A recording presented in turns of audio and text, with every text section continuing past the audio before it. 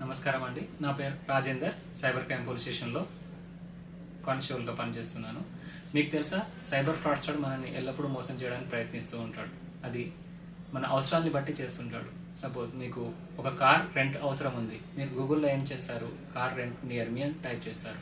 దాన్ని బట్టి వాళ్ళు ఫోన్ కాల్ చేస్తారు మీకు. సార్, మేము కార్ రెంటల్ నుంచి కాల్ చేస్తున్నాము, మీ సర్వీసెస్ ఇవ్వడానికి సిద్ధంగా ఉన్నాము. దానికోసం మీరు ఒక ఏపీకే ఫైల్ మీ వాట్సాప్కి వచ్చింది, అది ఇన్స్టాల్ చేసుకోండి, మా సర్వీసెస్ అన్ని మీకు అందుబాటులో ఉంటాయని చెప్తారు.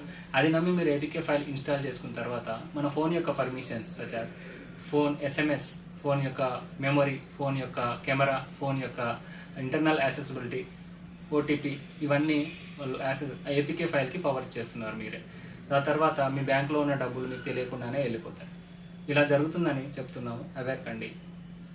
అదేవిధంగా మీరు సైబర్ క్రైమ్కి కనుక గురి అయినట్టయితే మా టోల్ ఫ్రీ నంబర్ 1930కి కానీ లేదా మా వెబ్సైట్ cybercrime.gov.in అనే వెబ్సైట్కి లాగిన్ అయి మీరు కంప్లైంట్ రేజ్ చేయగలరు.